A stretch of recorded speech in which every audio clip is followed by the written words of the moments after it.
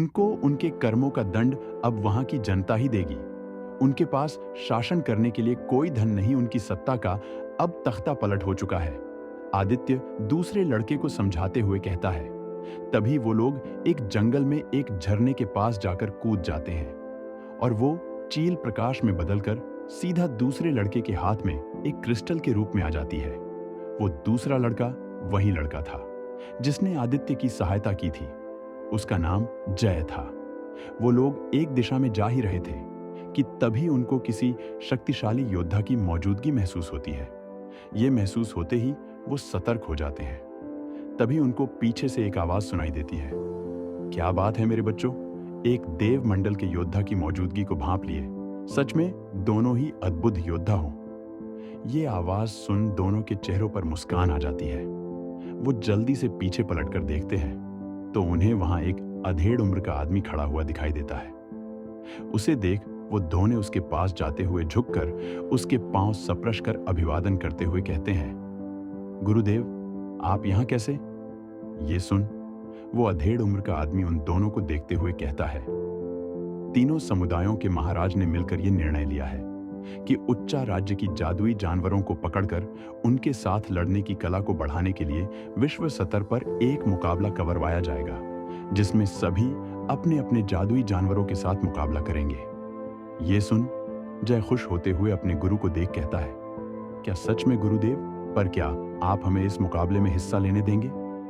ये सुन उनके गुरु, जिनका नाम शुक्राचार्य था, वो उनके गुरु होने के साथ साथ आदित्य के नाना भी थे।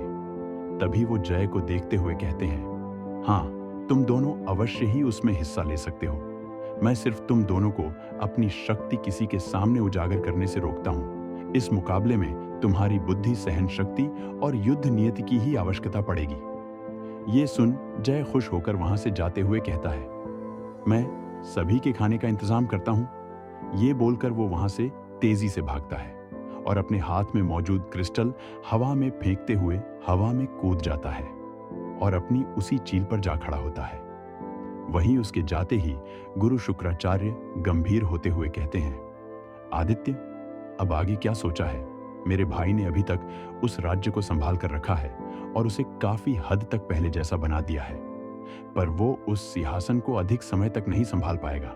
तुम्हें जल्द से जल्द अपनी जगह वापस लेनी होगी। ये सुन आदित्य भी गंभीर होते हुए कहता है, एक बार मुझे पता चल जाए कि उस हमले के पीछे किसका हाथ था, उसके बाद ही मैं उस राज्य में दोबारा कदम रखूंगा। ये सुन शुक्राचार्य हाँ में सर हिलाते हुए कहते हैं, और अमृता के बारे में क्या सोचा है?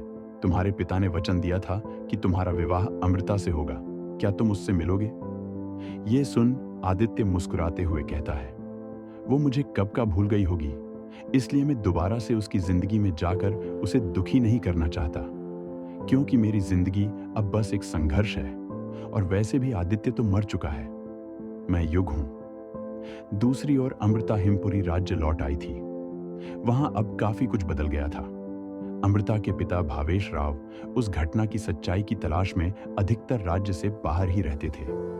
वहीं उनकी गैर मौजूदगी में राज्य के जरूरी फैसले उनका भाई और वहां का मुख्यमंत्री मुकेश लेता था। भावेश राव और बाकी के मंत्रिमंडल ने अमृता की प्रसिद्धि और शक्ति देखकर उसे अगली महारानी घोषित कर दिया था, पर यह फैसला मुकेश और उसकी बेटी दोनों को मंजूर नहीं था, पर वो ये बात किसी के सामने जाहिर नहीं करते हैं। वहीं अमृता को भी होने वाले उस जादुई जानवरों के मुकाबले की सूचना मिल गई थी।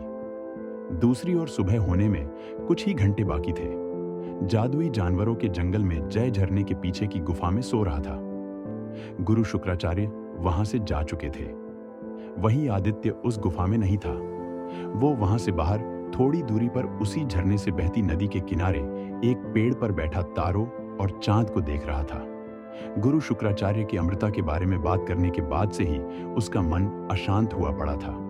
वो चांद को देखते हुए धीरे से कहता है, ना जाने कैसी होगी वो, अब तो उसे मेरे बिना रहने की आदत पड़ गई होगी और अब तो वो काफी बड़ी और खूबसूरत भी हो गई होगी। ये बोलते ही अचानक से उसकी आंखों के सामने उसी लड़की का चेहरा दिखने लगता है जिससे वो आज मिला था। वो नहीं जानता था कि वो अमृता थी, पर फिर भी उसकी आंखों के सामने उसका चेहरा आ रहा था। बार बार उसका ही चेहरा आंखों के सामने आने की वजह से वो खुद को समझाते हुए कहता है, भले ही वो खूबसूरत थी, लेकिन वो अमृता नहीं हो सकती। उसके चेहरे पर हर वक्त जो गुस्सा रहता था वही अमृता होती तो उसकी जगह मुस्कान होती। अमृता तो हमेशा मुझे गुस्सा करने से रोकती थी, उसे तो शायद गुस्सा करना ही नहीं आता होगा। वही वो लड़की तो खुद एक खतरा थी, अपनी नजरों से ही किसी को भी मारने के लिए काफी थी। तभी उसे चांद की चांदनी से चमकती नदी के दूसरी तरफ झाड़ियों के पीछे से कुछ आवाज सुनाई देती है। वैसे तो ये जंगल था, यहाँ ऐसी आवाजें आम थीं, पर आदित्य और जय के यहाँ रहने की वजह से इस तरफ जादुई जानवरों ने भी आना बंद कर दिया था। इससे ही उन दोनों की शक्ति का अंदाजा लगाया जा सकता था। आदित्य वहां किसी जानवर की आवाज सुन हैरान था। तभी वो उस पेड़ से ही नदी के दूसरी तरफ कूदते हुए झड़ी की तरफ जाने लगता है। जैसे ही वो झड़ी के दूसरी तरफ देखता है तो उसे वहां पर एक भेड़िए जैसा जादुई जानवर दिखाई देता है। उस जानवर को कुछ और भालू जैसे जानवरों ने घेरा हुआ था। वो भेड़िया जैसा जानवर दिखने में तो बहुत ज्यादा शक्तिशाली लग रहा था। वो अकेला ही उन सभी जानवरों को मार सकता था, पर वो इस समय बहुत घायल था। शायद उस पर किसी ताकतवर जीव ने हमला किया था। वो भेड़िया काली ऊर्जा का उपयोग कर रहा था, जिसका अर्थ था कि वो काल अग्नि वाला जानवर है। पर काल अग्नि के जानवर इतने शक्तिशाली नहीं होते थे। यही बात आदित्य को परेशान कर रही थी। उसे समझ में नहीं आ रहा था कि वो काल अग्नि वाला जानवर होके भी इतना शक्तिशाली क्यों है, और अगर वो इतना शक्तिशाली है तो इतना घायल कैसे हुआ, और जिस जीव ने उसे घायल किया था वो कितना खतरनाक होगा। ये सब बातें आदित्य को परेशान कर रही थी। वो भेड़िया जैसा जानवर उन सभी भालू जैसे जानवरों को देखते हुए गुर्रा रहा था, पर तभी अचानक वो जमीन पर गिर जाता है। उसमें खड़े होने तक की शक्ति नहीं थी। ये देख आदित्य न जाने क्यों अपने पिता की दी तलवार निकालकर उस जानवर की सहायता करने के लिए आगे बढ़ जाता है। उसकी तलवार में नील अग्नि प्रवाहित हो रही थी। आदित्य और जय दोनों के पास नील अग्नि थी। आदित्य बिना डरे उस भेड़िए जैसे जानवर के आगे कूद जाता है। आदित्य को देख वो भालू जैसे जानवर हल्का पीछे होते हुए गुर्राने लगते हैं। आदित्य उन सब को घूर कर देखता है। तभी एक जानवर पीछे से कूदते हुए आदित्य पर हमला कर देता है। आदित्य पहले से ही सतर्क था। वो जैसे ही पीछे से किसी का हमला महसूस करता है तो एकदम से पीछे पलटते हुए उस जानवर पर पैर से हमला कर देता है। आदित्य के पैर में नील अग्नि पहले से ही प्रवाहित हो रही थी, जिस वजह से वो जानवर दूर जा गिरता है। वो काफी घायल हो गया था, पर वो अभी भी अपने पैरों पर खड़ा था। वहीं जैसे ही उस जानवर के साथ ये सब देखते हैं तो वो भी तेजी से आदित्य पर हमला कर देते हैं। आदित्य बिना डरे सभी जानवरों का सामना किए जा रहा था। तभी आदित्य अपनी तलवार को कसकर पकड़ते हुए खुद की ओर आते एक जानवर पर हमला कर देता है। एक ही वार में उस जानवर का सर धड़ से अलग हो जाता है। ये देख बाकी के जानवर अपने कदम धीरे धीरे पीछे लेने लगते हैं और फिर तेजी से वहां से भाग जाते हैं। आदित्य उनका पीछा नहीं करता है, क्योंकि वो उनको मारना नहीं चाहता था, पर उस एक जानवर की जान बचाने के लिए उसे ये सब करना पड़ा था। उन जानवरों के जाते ही आदित्य उस भेड़िए जैसे जानवर के पास जाता है और आत्मदृष्टि का उपयोग कर उसकी जांच करने लगता है। आदित्य ने भी अपने पिता की तरह पंच तत्वों में महारत हासिल कर ली थी।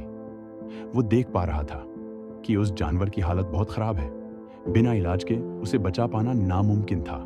वो जैसे ही उसे एक औषधीय गोली खिलाने लगता है तो वो जानवर आदित्य को घूर कर देखते हुए आंखों से ही दूर रहने की चेतावनी देता है।